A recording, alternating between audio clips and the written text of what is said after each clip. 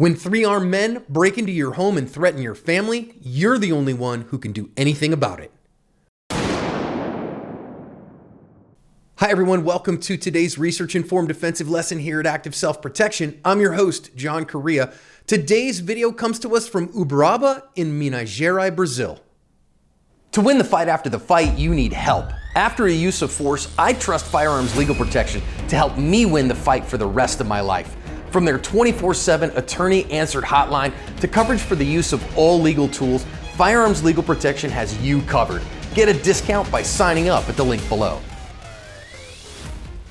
You see this family just coming home and they're pulling backwards into their garage. Very common thing in Brazil.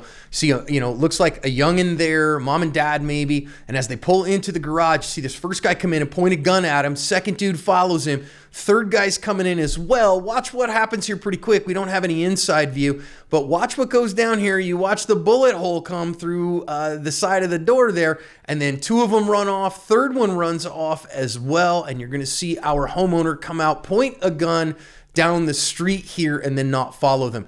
If you go read the news stories I have linked in the description, two of those guys, the legend has it, are still running, but the third one, the cops found about a block down the road, and he had taken the asphalt temperature challenge. Thankfully, nobody inside was harmed. Hey, if you're watching this on YouTube, there has never been a better time to come and check out the Asp Unlimited app. We have just invested a whole bunch of money and a whole bunch of time to make new functionality, including a new community tab, all kinds of other really great stuff in the Asp Unlimited app, all fresh and all new. Come check it out. I promise you, the additional content there is worth subscribing for. This kind of a pull into a garage, very common in a lot of Central and South America. I'm starting to see this in a whole lot more of the US as well, in neighborhoods like in Houston, places like that. And recognize that when that garage door is open, I don't care what kind of neighborhood you live in, that is a transitional space that you have to be ready to protect yourselves and your loved ones. I'm not saying be paranoid. I'm just saying be prepared, be aware of what's going on in your world, pay attention. Now, he's backing in. I think that's a great idea. You got to either back in or back out. So probably best to back in. You know what's in the garage. And especially if you have, a more modern car with backup cameras.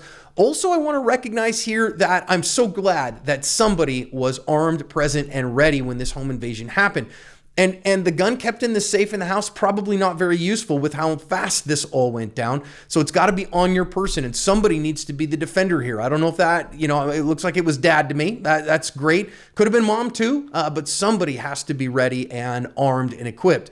Now, I want to recognize here that, again, they come in through the unlocked door. They come in through that garage door. This is what they were waiting for, almost certainly. So recognize your goal is to get that door closed. That is your security blanket. When it's closed and locked, now you are protected. But when it's open, this is a transitional space. And the bad guy gets to set the time and the place of the attack. But this is one of those that you can kind of anticipate here and be ready for, which is, I think, a good reason to back in, because this gives you the ability to see that a lot easier than if you had pulled head into the garage. Again, I know there's a host of reasons that could change, but if possible, right? If it works in your situation, I would recommend backing in if at all possible, because again, that gives him this opportunity. And he's armed. You can see the fact that he's raising a gun here, and this guy is armed, and therefore he is a deadly threat to you and to yours.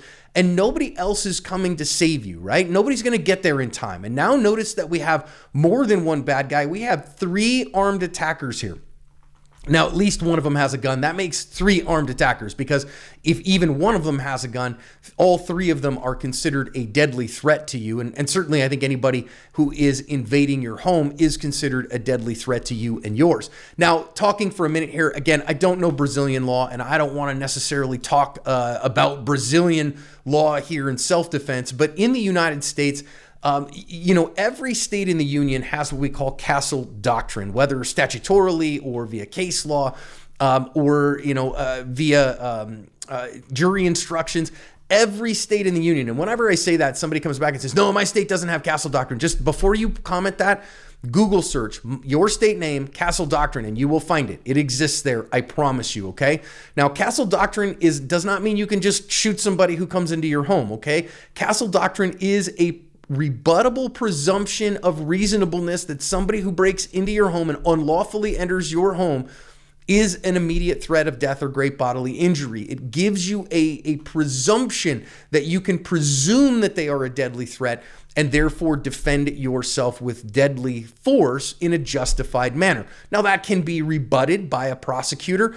In this case, it certainly couldn't be rebutted. The guy came in, uninvited and unlawfully entered with a gun up and threatened with a gun. So clearly here in this case, we have a justified use of deadly force, okay? Because again, this is a home invasion here. This isn't even a burglary. This is a home invasion, which again, you could call that an armed robbery if you want. A lot of people would call it a burglary, but again, they're threatening your life, right? And the life of your loved ones. So you've got to do something about this. And about a third of all attacks that we analyze here on the channel involve multiple attackers. So there is a thought here about how much gun do you want to have? How much capacity is enough for you? And I see this all the time. If you follow me on Facebook, if you're following my personal profile on Facebook, which if you're not, you can. I'll put a link to it in the description. If we don't have mutual friends, don't send me a friend request. But if you want to follow along, that's great. But recognize, I talk about this from time to time, that hey, how much capacity is enough and how much do you want to have? Well, here you got 3 bad guys worth. And so maybe if you're an absolute warrior with a gun, if you are incredibly good with a firearm, if you are one of the best in the world, then a 5-shot J-frame might do it for you. For me and for mine, I want more opportunities to make sure that I do well and that I survive this kind of gunfight. So the highest capacity firearm that you can reasonably kind of conceal on your person on a daily basis is the gun that I would choose. Quite frankly, I carry 17+1. I live in a state that's not legislatively limited. And of course, I recommend you better have your firearm on your person, because even a gun in the glove box here is not going to be very useful. A gun in the console of the car is going to be very difficult to get to in time. Certainly one in the safe is not going to be useful. It has to be on your person and ready to protect you against multiple armed home invaders here. So this is the kind of thing you've got to be ready for. And these kinds of things do happen. And we see these all over the world. This isn't just a Brazil thing. This is a US thing as well. Now, one of the reasons that we talk about capacity all the time is the number one cause, I get this from Tom Gibbons, the number one cause of reloading is missing, right? So you don't have enough ammo. I don't care how much ammo you have in the gun. You don't have enough to miss. It is very hard to miss fast enough to win a gunfight, but it is very easy to hit slow enough to lose one. So I just can't say enough. Don't go winging shots into the wild blue yonder. I don't care if you got a 5-shot J-frame snubby or if you've got a 22-round stendo in your full-size 40 cal. Don't just go winging shots into the wild blue yonder. Because that diminishes your capacity. It does not reliably end fights, and you could end up having some civil liability for where that bullet ends up. And I also want to recognize here, though, that it does work an awful lot. Even misses do send bad guys off to do other things because of what we call FIBSA, right? Fudge, I'm being shot at, which is not as good as fibs. Fudge, I've been shot. But it does get these guys quite motivated to get out of your home. And I also want to recognize, I'm not sure which of these 3 is the one that he hit, but one of the 3 of these bad guys running off is mortally wounded. He's not going to make it. And it's just a reinforcement to me that I don't care about whether he makes it or not. I'm not trying to kill anybody. I am trying to change his behavior and stop a deadly threat. I want that behavior to change. And in this particular case, that worked and was effective. So mission accomplished, because as a private citizen, your mission is to break contact with a deadly threat. And that's exactly what this shot did. Now, again, I'm not a big fan of sending shots off into the wild blue yonder because they're not nearly as effective, but he did get at least hits on one of them in the house. That one that missed, though, we want to talk about a little bit, right? And even when you do get fight-stopping hits on somebody, so probably one of these 2 could have been the third one, was hit and was hit mortally, but he's still moving. So again, you want to change his behavior. Once his behavior changes, then you assess and keep firing if you need to stop the threat.